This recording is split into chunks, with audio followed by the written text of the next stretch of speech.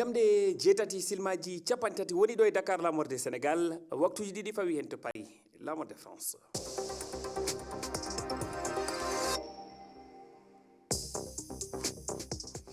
tedduɓe heeɗiɓe RFI fulfulde jamalla wale mon bismira mon e ley kabaruji ɗi ko ɓuuri hen tengtude oɗo subaka to Nigeria ko ɓuuri yimɓe 50 diftama aljuma faltiɗo to rewo hirnague leydi ndi ko cimtol tawaɓe ley ONU fedde gotago windere hertoriɓe ƴewtade fitinaji jaltinigol ngol no holli wonde ko wat boniyankoɓe goni caggal ɗi musibaji. Gendarmerie Sénégal leydi ndi udditi dakaji kessi to Tambacounda to Kédougou e to Saraya gonnen ko funnague ndi leydi fandare mabɓe ko haɓude bonondaji hakkude leyɗele julago bongu e kala caɗele kisal yidde ardiɓe leydi ndi ko haɓade kala sifa kulhuli ko fati kisal ko goto e hertorɓe wal haaliji konngudi men gartu hen.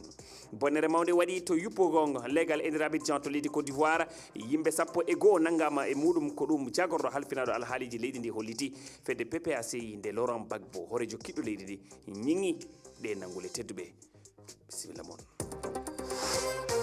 Amadou Barouba. On calminama on jurama on jettama. Nigeria ko ɓuuri yimɓe 50 ciwla e mayirde yontere faltine to rewo hirnague leydi ndi ko ɗum holli cimtol hertorɓe ƴeewgo fitinaji ngol fedde oni waɗi jayde AFP sakti ngol ale tanki cimtol ngol holli ko wat boniyankoɓe goni caggal ɗi musibaji ngol holliti mbayligu peeje mabɓe gam wadde bonondaji ɓurɗi mawnude toon to rewo Zamfara Boliba.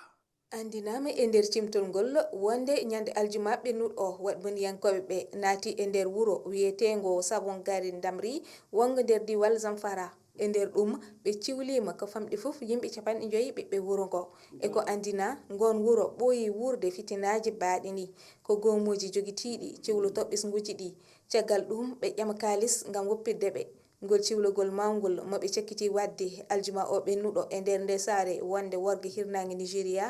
koko mantini refkisal e nder ngal ɗon diwal Zamfara ko ɗum holli kadi cimtol ngol lewru ɓennundu wat boniyankoɓe jokkodiroɓe sahaji e jihadiyankoɓe mbari ko famɗi fof yimɓe 33 ɓe ciwlino e lewru ɗiɗaɓurdu e nder diwal ngal datɓe hen cifima alhaali kulɓiniɗo wargo ɓeena ete e wiide seedeɓe bandiraɓe mabɓe keeɓino tottirde kalis ko ɓuuri 19 million CFA mo wat boniyankoɓe ɓe namnino ngam woppirde ɓe. Caggal nden bonande mawde société civile yuɓɓini e nder saare nde seppo noddungo yo gouverneur o biyeteɗo Dawouda Lawal jippo e golle mum ɗe saabu tumdemo yebare ɓiɓɓe diwal Zamfara e ɗe caɗele ref ndenago moɓe jokki e wurde.